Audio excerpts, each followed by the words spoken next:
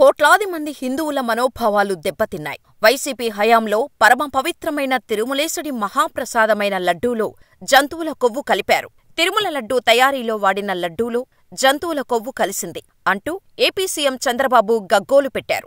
YCP అధిష్టానం కాసులకు కక్కుర్తిపడి నెయ్యిని కల్తీ చేసేశారు. అందుకే దశాబ్దాల పాటు నెయ్యిని సప్లై చేస్తున్న నందిని కంపెనీది కాదని తమిళనాడుకు చెందిన ఏఆర్ డైరీకి ఇచ్చారంటూ తీవ్ర ఆరోపణలు చేశారు. బాధ్యులపై చర్యలు తీసుకుంటాం, ఇప్పుడే సిట్ను కూడా ఏర్పాటు చేస్తామంటూ చంద్రబాబు నాయుడు మీడియా ముందుకు వచ్చి ప్రకటన చేశారు. కలియుగ ప్రత్యక్ష దైవమైన వెంకన్న ప్రసాదంలో మా హయాంలో కల్తీ జరగటమేంటి? నిజానిజాలు తేలాలంటే సిట్ కాదు, సీబీఐ ఎంక్వైరీ వేయండి అంటూ వైసీపీ నేతలు డిమాండ్ చేశారు. ఇదే అంశంపై సుప్రీంకోర్టుకు వెళ్లింది వైసీపీ. దీంతో కోర్టు ఎన్డీఏ ప్రభుత్వాన్ని కడిగి పారేసింది. సీఎం హోదాలో ఉంటూ ఏంటీ చౌకబారు ప్రకటనలు అంటూ సుప్రీంకోర్టు మండిపడింది. అసలు సుప్రీంకోర్టులో ఏం తేలింది? చంద్రబాబుపై ధర్మాసనం ఎందుకు ఫైరైంది? మరి ఇప్పుడు పవన్ రియాక్షన్ ఏంటి? మరో దీక్ష చేపడతారా?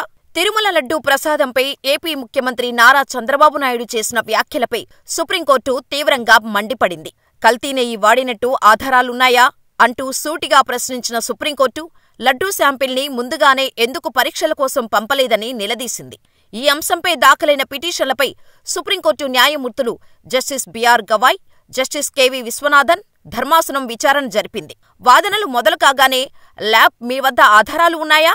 నెయ్యిని రిజెక్ట్ చేశారని ఈవో చెప్పారు కదా, నెయ్యి రిజెక్ట్ చేశాకే వాడే పరిస్థితి ఉండదు కదా, ఇదంతా పబ్లిక్ డొమైన్లో ఉంది కదా, జూలైలో రిపోర్టు వస్తే సెప్టెంబర్లో చెప్పారెందుకు?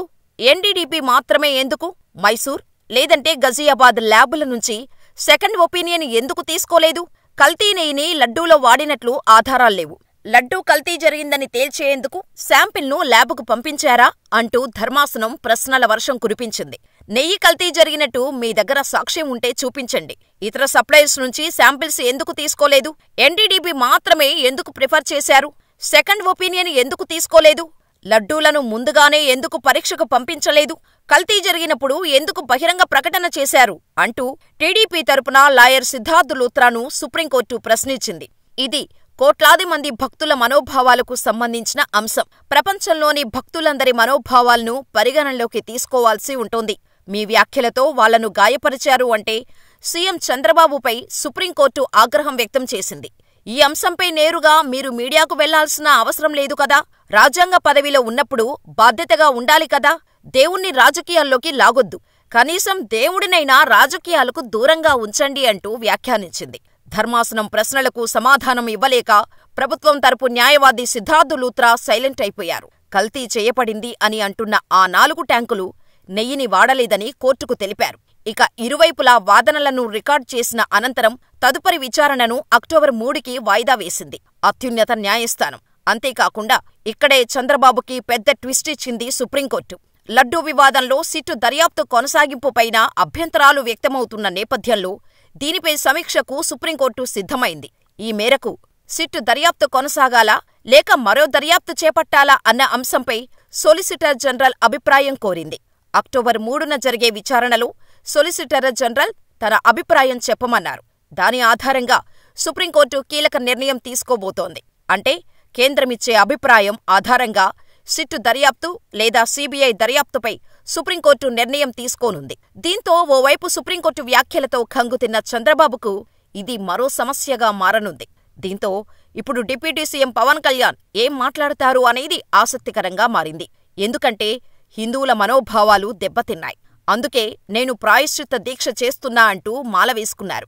అనంతరం ప్రక్షాళన చెయ్యాలంటూ విజయవాడ కనకదుర్గమ్మ అమ్మవారి మెట్ల మార్గాన్ని కింద నుంచి కడుగుతూ పసుపు రాసి బొట్లు కూడా పెట్టారు. అక్కడితో ఆగకుండా ప్రతి గుడి దగ్గరకు వెళ్లి ఆయా గుడులను సంప్రోక్షణ చెయ్యాలంటూ జనసేన నేతలకు పిలుపునిచ్చారు. దీంతో తీవ్ర విమర్శలకు గురయ్యారు పవన్. అసలు తప్పు జరిగిందో లేదో తెలియకుండానే ఎందుకు ఇలా చేస్తున్నారు పవన్ అంటూ సోషల్ మీడియాలో ఎన్నో కామెంట్స్ చేస్తున్నారు నెటిజన్స్. అసలు స్టాండర్డ్స్ తగ్గట్టు నెయ్యి లేదని చెప్పి 4 ట్యాంకర్స్ని వెనక్కి పంపించేశాం అని స్వయంగా టీటీడీ ఈవో శ్యామలరావు చెప్పారు. కానీ చంద్రబాబు, పవన్ మాత్రం జంతువుల కొవ్వు కలిసిన నెయ్యిని లడ్డూ ప్రసాదంలో వినియోగించారు అంటూ విషప్రచారం చేశారు. దీంతో అసలు ఎవరు నిజం చెబుతున్నారు అనేది $1 మిలియన్ క్వశ్చన్గా తయారైంది. కేవలం వీరి స్వార్థ రాజకీయాల కోసం తిరుమలేశుడిని రాజకీయాల్లోకి లాగేశారు అని క్లియర్గా అర్థమవుతోంది. మరి సుప్రీంకోర్టు చంద్రబాబుపై చేసిన వ్యాఖ్యలపై పవన్ ఏ విధంగా స్పందిస్తారో చూడాలి. లేదా సుప్రీంకోర్టు వ్యాఖ్యలకు గాను మరో మాలేమన్నా ధరిస్తా అని అంటారేమో అంటూ నెటిజన్స్ కామెంట్స్ పెడుతున్నారు. మరి పవన్ ఏం చేస్తారని మీరనుకుంటున్నారో మాకు కామెంట్ చేసేయండి.